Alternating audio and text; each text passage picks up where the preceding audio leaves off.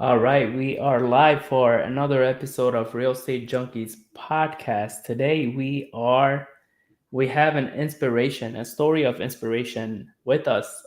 Really excited to have finally get Amer on my podcast, and he has a story of resilience and ambition and grit. Uh, Tune in to us in this episode. We talk about his journey, his being a trailblazer in the mortgage industry. That's what it's called, right? It's so many accolades. I didn't even bother listing them. He worked with giants in the industry like Matt Ishbia, right? And those of you who know him, you know the accolades, so I don't have to come up with them, right? Thanks to Amer for finding time to get on in this conversation with us, sharing his journey. So Amer, welcome to the podcast, bro. I'm excited to have you, bro. Yeah, man. Well, first and foremost, thank you so much for having me on here. I appreciate it a ton. I've been watching you from a distance, so I definitely see the things that you're doing. I see what you're putting on, what you're putting out there into the marketplace. So it's a privilege to be on here, man. So thank you so much. And it's it's very humbling to have someone like you say those things about me, an inspiration and a trailblazer and all those things, man. Bro, those are truth. It's on the paper. I can't deny them. People who are denying them, I feel bad for them, right?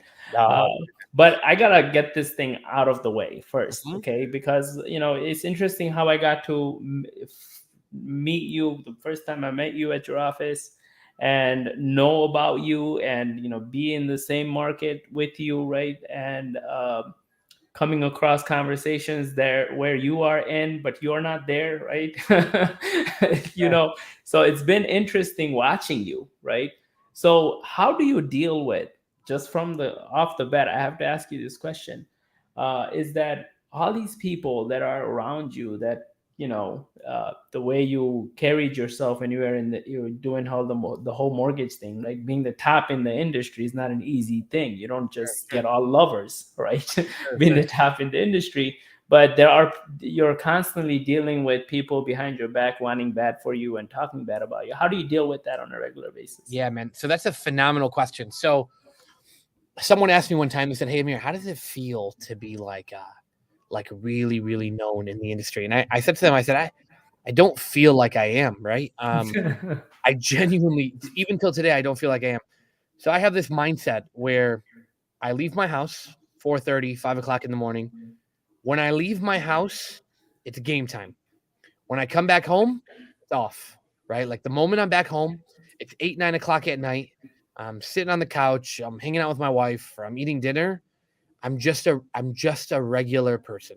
I'm just another person with a job that I bust my ass at, and I'm done. Right? All the Emotions and all the commotion during the day, I never let it dictate who I am at home. wow. Whoever I am at home is who I am at home. But who I am when I'm out of my house, it's like it's game time. And what does that mean when it's game time? That means what does that mean? That means Whew. any emotion or Thank God I have this on recording. any emotion, any feelings, right? Like I'm going through an issue at home. Say, for example, I'm going through a problem at home. That problem that I am going through at home cannot carry with me when I'm at work. It needs to stay at home. My problems cannot follow me where I'm going, or else I'll never be able to succeed. I'll never be able to do good at what it is that I want to do. When I'm outside of my house and I'm working, I am 100% in that thing. So, for example, when I'm at the gym, I am only focused on bettering myself or pushing myself to failure. When I'm at the office or when I'm working at a brokerage or when I'm doing coaching, my only focus is my LOs. My only focus is making sure that they succeed. And then when I'm driving home, it's like, hey, I'm usually having a phone call with the person that I wasn't able to talk to throughout the day while I'm driving home. And then when I get home, it's my wife. I got to spend time with my family. I got to give the time to my family that they deserve. And that's how that works. But during the day, I'm just a regular person, right? I'm a human being. I fuck up. I make mistakes. I talk smack. I do the same thing time and time again. But I'm just a regular person and nothing special. The only difference is I choose to work hard every single day. I decide that today I'm going to work hard because it's a rainy day. It's a really, really ugly day right now in Michigan. I don't want to work hard today. I want to be at home. I want to watch something on Netflix. I don't want to be working hard, but I recognize that the days you don't want to work hard, you chip away at success. And eventually, after enough chips, you find success. So that's my answer to your question. Okay, so that it has been my best 5 minute doing throughout, like since I started my podcast, over 70 episodes. Best 5 minute already, and we just in only 5 minutes. I got so many questions out of that. Okay, Please so ask away. so I'm gonna skip the whole thing that I do usually with people. That hey, tell us about your journey, how'd you get in, and all of that. People already know. It's your probably a news article worthy. They could read it somewhere, right? Thanks, bro. I want to go into, you gave us the breakdown of your day. When is me time for you? It's a great question. So me and my wife, we started something about a week ago. And the one thing that we started a week ago is we said an hour before bedtime, we put our phones away and we don't look at our phone. So I set my alarm. And so I'm usually lights out like 9:30, 10 o'clock. I'm lights out, right? So 9:30, I'm in bed, 10 o'clock, I'm done, right? So when I wake up, my alarm is set for 4 a.m. and 4:10 a.m., right? Because iPhones, they have the 9-minute snooze. So 4 a.m., my alarm rings. By 4:10, I'm out of bed. By the time it's 4:10, I'll say I get to the bathroom, put my contacts in, brush my teeth, put my basketball shorts on, my shirt on, set up my suit, set up my gym bag, set up my lunchbox, and I go straight to the gym. So I put it in the back of my car, and I go straight to the gym. I'm at the gym. While you're doing that, do you like look like a military guy, or do you look like? Listen, I'd be lying to you if I told you. I'd be lying to you if I told you I'm like the David Goggins of waking up in the morning. I'm like, oh yeah, no, dude, I'm so dead, bro. I don't want to be awake. No, like I do. Nobody who. But you sound like a lot of people think that you look like this military guy. Like, no, open his eyes at 4 a.m. and like, oh no, like this, and then he's like, no, not at all. At that time, I'm dragging feet, right? Like I have one eye open, all the crusties are still on my eye. But then the moment I get in my car, I have my Celsius or I have my energy drink, and the moment I get in my car, I turn on a book. I usually read an Audible. Right now I'm reading Sell It Like Sirhan. And nice.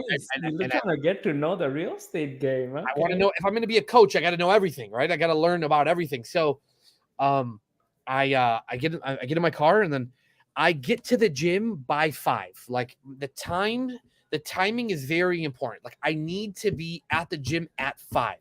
So you're part of the cult, or you created the cult? Which one is it? No, I think I'm a part of the cult, really, because a lot of the people I did mortgages for and a lot of the friendships I built are from people that I met at the gym at 5 a.m. Because then where do you guys go? Like anywhere? Usually I'll go to like Lifetime Shelby, or I'll go to Lifetime Troy.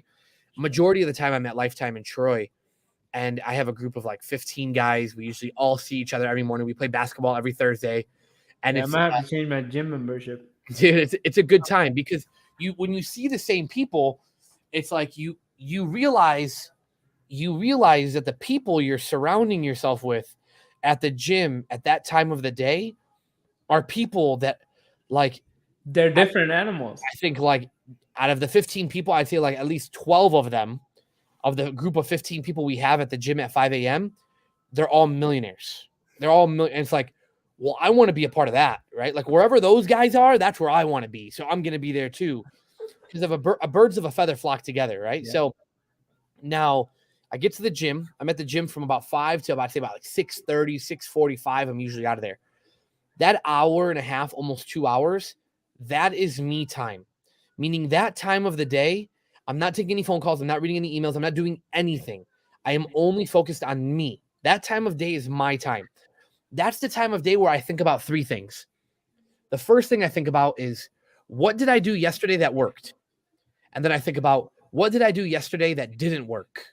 And then I think about, what did I do that worked and how can I double down on it? And how can I scale it? That is all that I'm thinking about. When I'm at the gym, Said, when I'm at the gym, my headphones are in, but there's no music playing. I just have the noise cancellation on and they're just in. There's no music playing in my headphones because I'm thinking about those 3 things. What worked, what didn't work, and how can I double down on what does work, How can I make what does work already better? This is so interesting. Okay, you ask any of the agents I coached ever, right? I tell them every morning you start your day with three things. Okay, what did you do yesterday that worked that you can do more today? Mm-hmm. What didn't go so well, or what could have been done better? Mm-hmm. Second thing, and what are you grateful for today? Okay, Mm-hmm. I don't even worry about like, hey, let's just figure out what am I grateful for. Like everything else will be, Yeah, to yeah, yeah. me, it has worked out like always. Yeah. Mm-hmm. So that's what I do. So during those times, then by the time I leave the gym, I'm usually in my suit and I'm driving to my first office that I'm doing coaching for. Now, when I'm working with when I'm driving, I try to utilize every minute of my day. Like every minute of my day is used. So, for example, like I recognize that the drive from the gym to the first office is about a 25-minute drive. I'll schedule a meeting for 25 minutes during that drive, right? Like every minute of my day is properly being used. It needs to be used, or else that time of my day is just being put to waste. And imagine how many 25 minutes of our day are not used properly. We would have a whole fucking day. Excuse me for cussing. I'm sorry, but we'd have like a whole freaking day, you know. So, Okay, Mark Zuckerberg allows it. so like every minute of our day needs to be used properly. Like every minute of our day needs to be used properly. So my me time is usually in the morning. Then throughout the entire day, I'm working. So you're working hard. Okay, when you first said like the breakdown, hard according to what? Like when you're at work, you work hard. What is according to what? Like what's the standard? It's a great question. What hard work when someone says I work hard, I respond to them by asking, is every minute of your day being used to grow your business? If the answer is no, you're not working hard. If the answer is yes, you're working hard. Meaning everything that you are doing is the level of execution that you need to implement or apply to grow your business. If I spend an hour in the afternoon making a slideshow for a presentation that I'm doing, making it look cute, that's a horrible time for me to do it. I should be doing it at 4 a.m. when there's no business to get. From 9 to 5, your only focus is prospecting. Like, for example, if you wanted to do this podcast at like 2 o'clock in the afternoon, I probably would have said, no, I can't do it then, right? Because it's such a privilege to be on here. But Wow. at 2 o'clock, I'm working on what's going to excel my company to the next level. This is like, it's because I love you, I'm doing it. But like everything that you are doing throughout the day, every minute of your day needs to be utilized to growing your business. If you are doing something that is not growing your business, you're doing it wrong. If I say, hey, me and my 4 friends, once again, me and my 4 friends are going to lunch today and we're going to grab a drink, is that growing the business? No. But if I say me and 4 realtors that I want to potentially earn business from are going to grab lunch today, that's growing the business because now I'm sitting in front of 4 people that I can either help grow, Yeah. build a relationship with, or earn their business, right? So it's like you need to figure out what are you doing that's allowing you to grow. And then it's 7 o'clock at night. Me and my buddy of mine, we want to go out and grab a drink. Let's do it, right? But midday, you can't do that. Hard working means every minute of your day is being utilized properly to grow your business. That's what that means. And okay, I have more questions. Okay, but like let's just stick to basics. Okay, um, it, when you do that, introduce this concept out there. I'm sure this is what you're teaching. That's what you're practicing. That's what you're teaching, right? Mm-hmm. What do you see in loan officers in the industry, or maybe real estate agents? You're working with real estate agents. You're coaching real estate agents, right? Uh, how are they receptive towards that, to that level of standard? Yeah, so that's a great question. So I'll give you an example. So I don't want to say which mortgage company I'm at, but the mortgage company, the office I'm sitting in right now, I freaking love this company. Me too. I'm just Great people, great owners, they're a great company. But I look around and the highest producing loan officers are still here. But the lowest producing loan officers left already. at 3. Every day. Every day. And the lowest producing loan officers are going to be the first ones to complain when they see that their life is not where they want it to be. So like just let's just paint that picture for a second. The highest producing loan officers meaning the loan officers that are making the largest amount of income are still working at 6:19 on a Monday. But the loan officers who are making the least amount of income, who are closing the least amount of loans, are not in the office right now. And those loan officers are going to be the first ones to complain that their life is not where they want it to be. So, what do you think makes a top producing loan officer to be in there still over the other one? Like, what top producer makes top producing money, right? So, why doesn't he take some breaks sometimes, right? Like, what makes him stay? That's where your why comes into place. What's important, right? So let's talk about win. What does win, WIN, what does win stand for? So I say, I'm going to win, right? Win stands for what's important now. Okay. So I'm going to win. Well, what's important now is what I'm going to do to win. Okay. Now, when I think about what's important now, what do I think of? I think of my why. So why do I choose to work hard every single day? Well, I choose to work hard every single day because I don't want to go back to the level, I don't want to go back to the financial status I was in 7 years ago. When you didn't work hard. 7 years ago, I was broke. 7 years ago, I had to look at the bill when the waitress would bring it out. 7 years ago, I couldn't go to a dealership and say, I want to buy a new car. 7 years ago, I didn't have a beautiful home. 7 years ago, I wasn't able to travel the world the way I'm traveling now, right? Now, I don't say these things. I don't wear a Rolex. I don't drive a Bentley. I drive a $40,000 car, right? Like, I don't say these things because, I want to flex and I want to brag and I want to talk about all the riches that I have. No, because that's not even who I am to begin with, right? But I talk about it because I say, I don't want to work when I'm 40. I don't. I never grew up with parents that were around, right?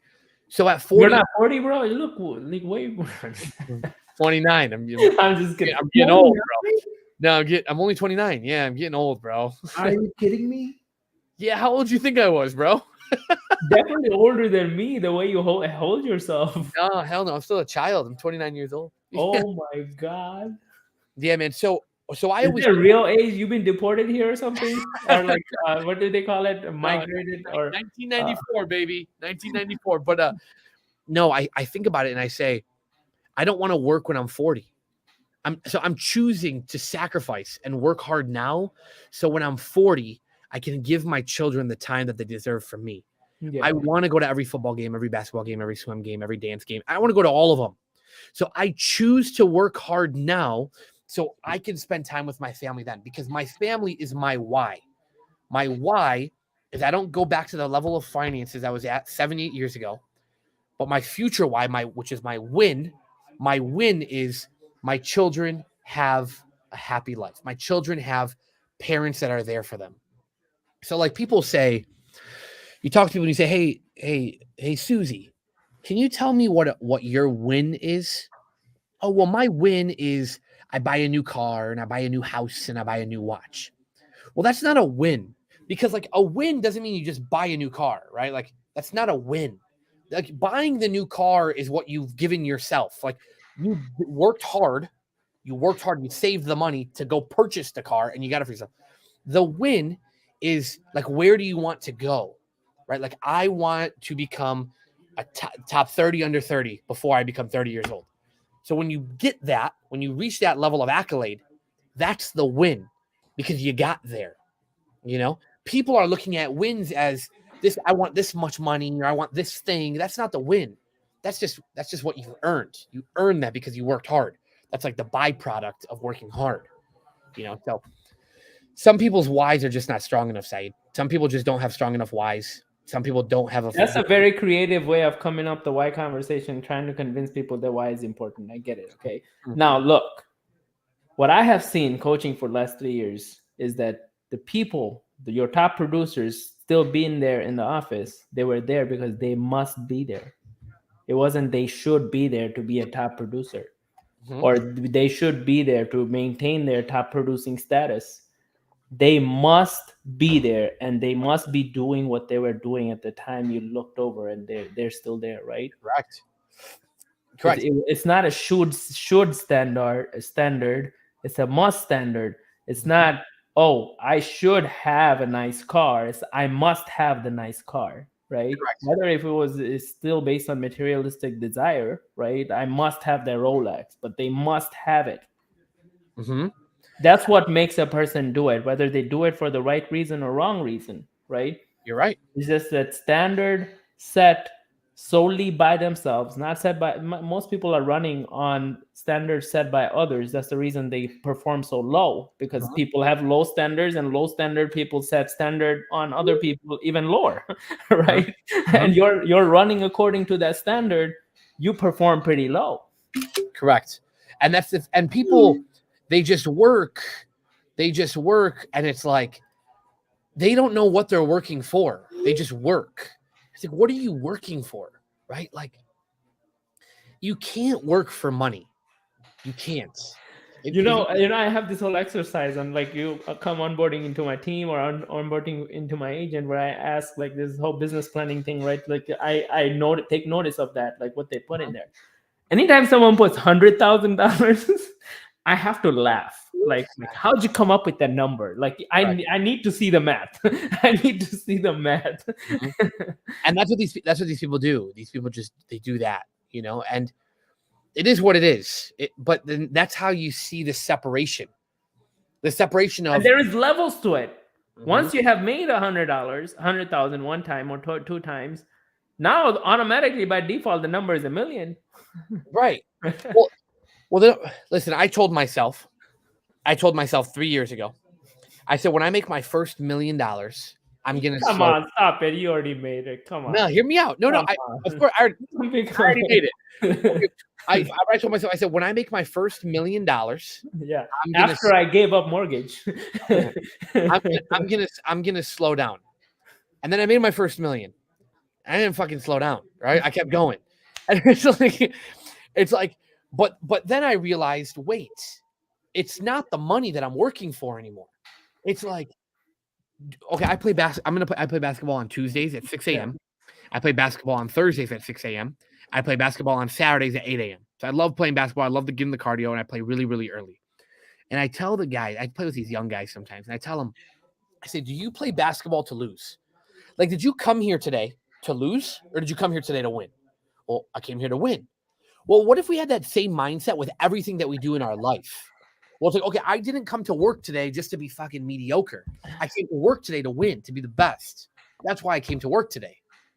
And then, but people have this thing, people have this mindset.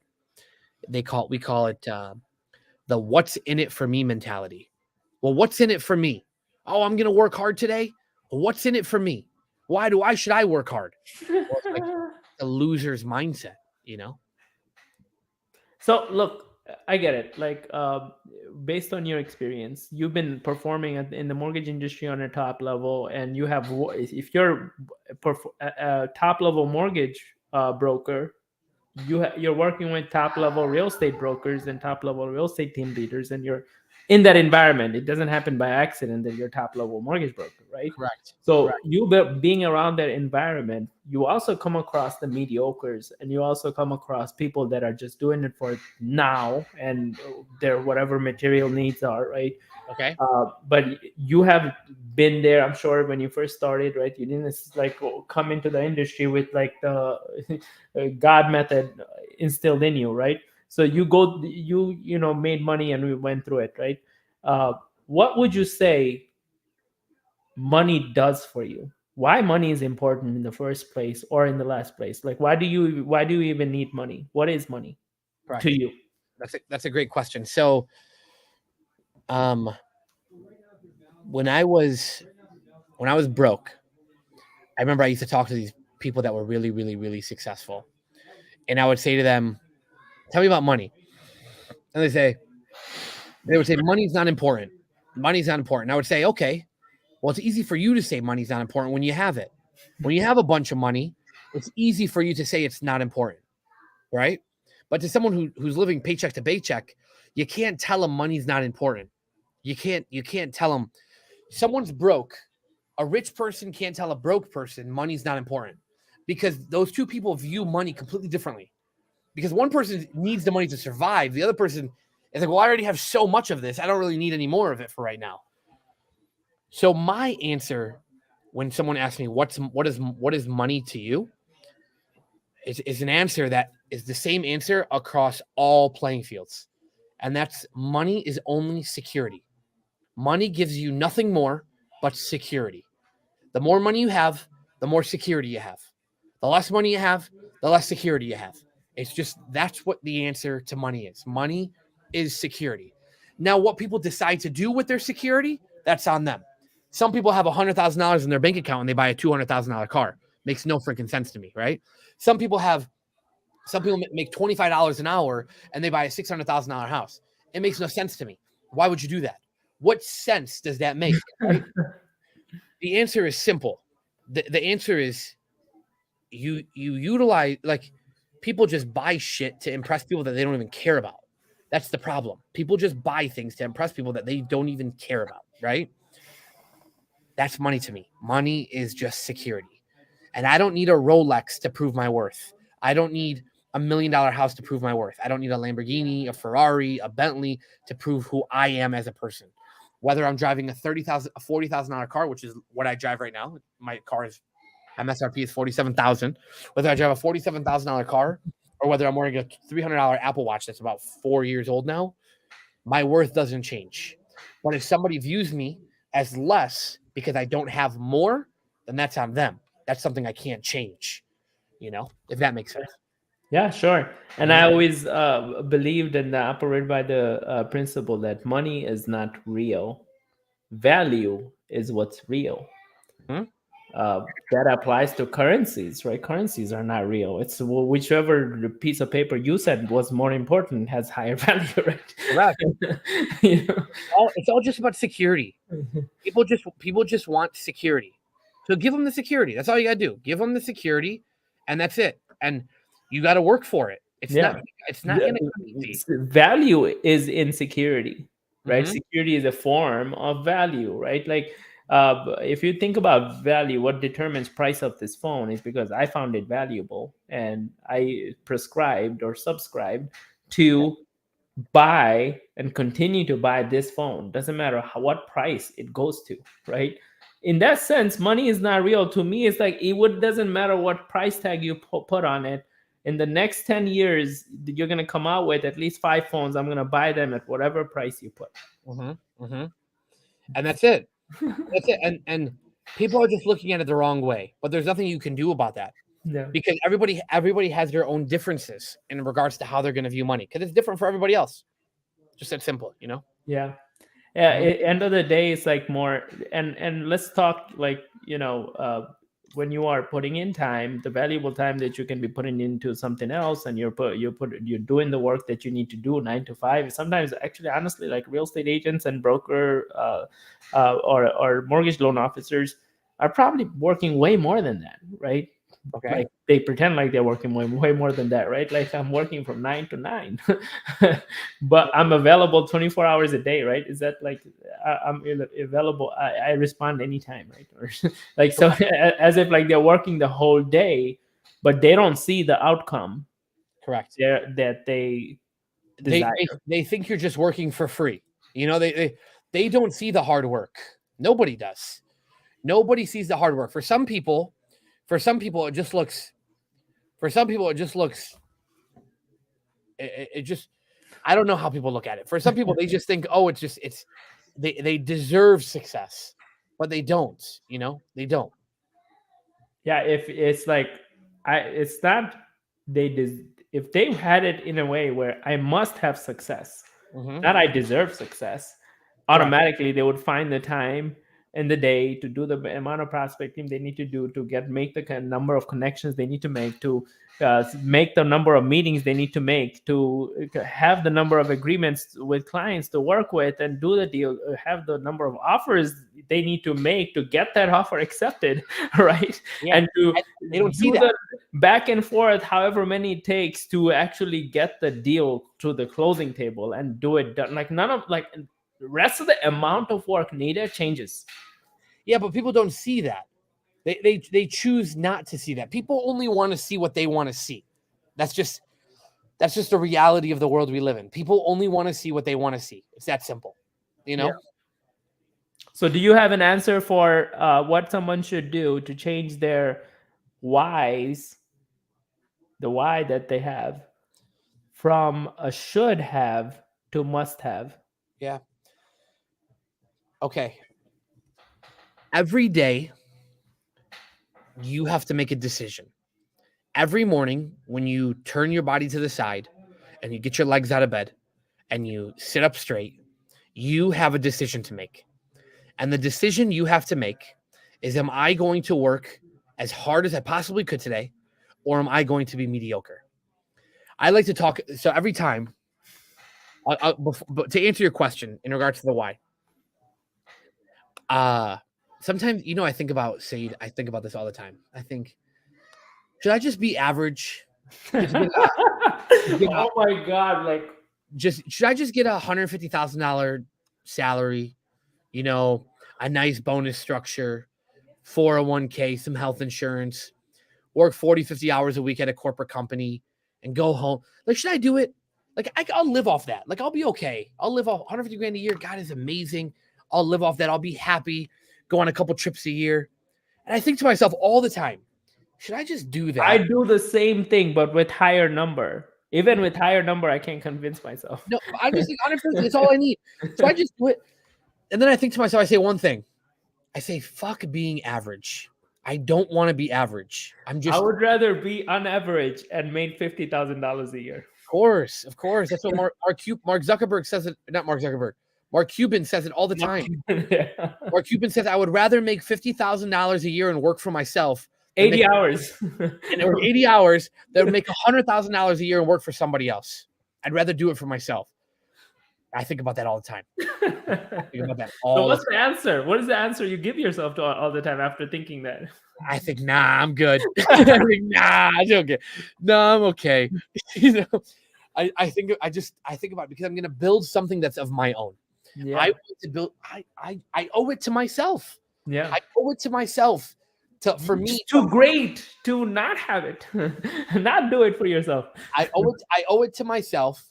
I owe it to myself to lay down in my bed and say, I deserve this. I worked hard today and I deserve it. I just want to I owe it to myself. So that's the answer I have to that. So to someone who needs to change their why, they just have to think about what's the most important to them. What's important to them.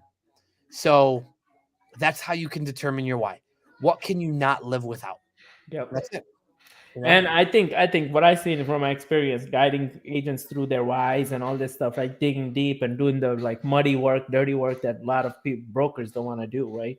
Supposedly they're brokers, but it's like what I have seen every time is when someone's why is attached to other people rather than their own things that they want, right? It works. Okay.